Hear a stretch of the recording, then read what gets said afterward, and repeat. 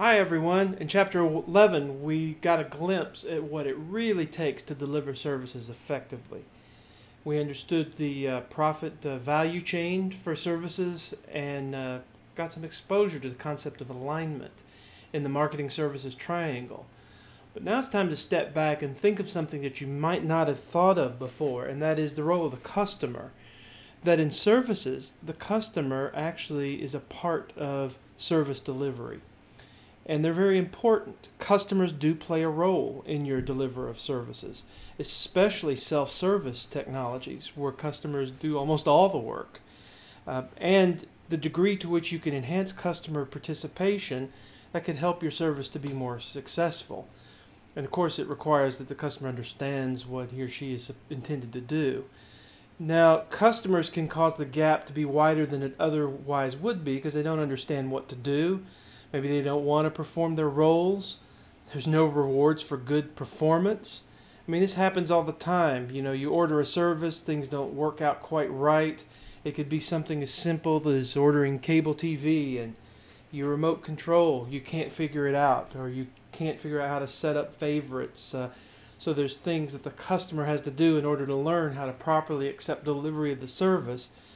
But maybe sometimes you don't want to bother. You just want to call someone, have them do it for you, or have the service be done automatically without any participation from the customer. Some customers can be such a problem that they can interfere with others, for example. Here's an example of the degree to which customers participate across different types of services. Low customer presence, for example, where service is standardized. For example, airline travel, motel stay, payment could be the only customer input in this case. Moderate customer inputs are required for service creation. Haircut. Now in my case, it's just take out your clippers and cut anywhere you find hair on my head. And sometimes that's hard to do. But, you know, others can be give quite a bit of input on the haircut, for example. Annual physical exam. Your doctor is going to ask you a lot of questions, for example. Full service restaurant, because you need to say what you want and place your order. But then in high, the customer co-creates the service. For example, personal training. You have considerable input and you have to do almost everything when you take delivery of the service. So you can see a continuum. You have to understand what part of the continuum in which your service offering falls. Now, other customers can be disruptive or overly demanding, or could have incompatible needs. But on the other hand, some customers can help. The fact that they're there can help. It's opportunity for socialization or friendship. They could be mentors or supporters. So think of that. You want to attract the customers that support your service delivery, not the ones that detract from it. Here are some of the roles that the customer plays in service delivery. From providing productive resources, they contribute to service quality and satisfaction. And customers can also be competitors to what you are offering. You can think of a customer as a partial employee. So you have to deliver part of the service. They have to be active in accepting delivery of it, and they're contributing their time and resources. And the customer input can affect your productivity to the degree that you use it or can make use of it. So you have to ask yourself, should customers provide more input, or should we reduce the role in the service delivery? Okay, customers contribute their own satisfaction with the service.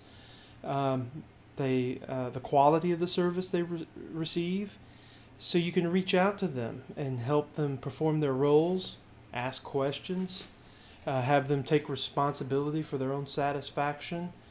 So it's your goal to help customers or foster an environment where customers play the role that they're intended to play so that the service delivery is flawless.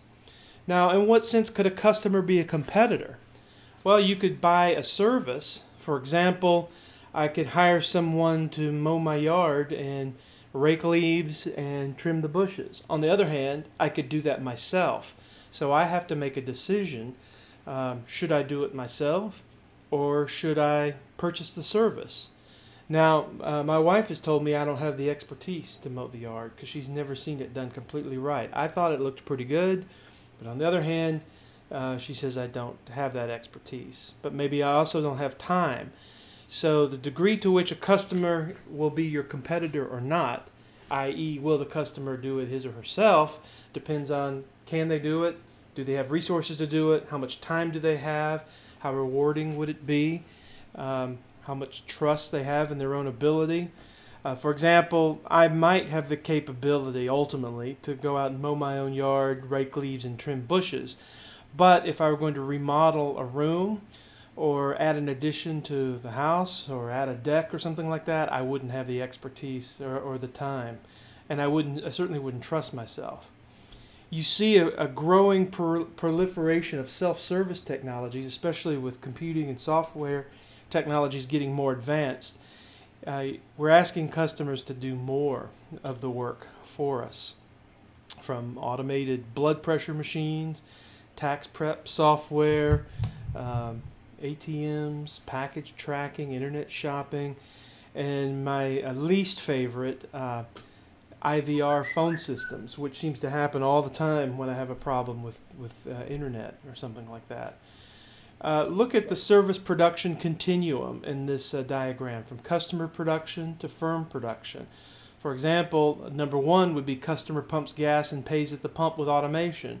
Number 6, the attendant pumps gas and takes payment from customer at the pump. And there's many variations in between. Mostly we have a number 1 level where customer does all the production at gas stations today, where 50 years ago it was all firm production. What can you do to encourage more participation? Help the customer understand what it is they need to do for successful delivery of service. So it requires definition of the roles, educating and rewarding customers. The degree that they do their part, the more they're rewarded.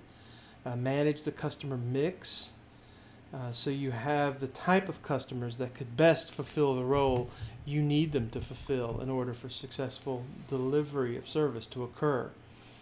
All right, so this takes a lot of active thought about what segments of the market you're going to reach out to. I like this quote from Martin and Pranter. This is compatibility management, a process of first attracting homogeneous consumers to the service environment, then actively managing both the physical environment and customer encounters in such a way as to enhance satisfying encounters and minimize dissatisfying encounters. That's the goal. Here's the characteristics of service that increase the importance of compatible segments. So there's characteristics that customers are in close physical proximity to each other, verbal interaction, customers are engaged in numerous and varied activities, and here's examples of the different types of services. Okay, so you want a customer segment that's ideally compatible with the service that you're offering. All right, so in Chapter 12 in Module 6, we see that the customer plays a larger role than you may think in service development. Since services actively interact between the firm and the customer is required to do something. It may be a lot, it may be a little, but if you do ask a lot of the customer has to be educated and rewarded in some way, and you have to make sure you've reached out to the right customer so they can play their role, so the delivery of the service is effective and all parties are satisfied. So I bet you didn't think that customers for your service are really like partial employees, but they are. All right, so we will see you in Chapter 13, and I'll see you in the Module 6 discussion threads for this week.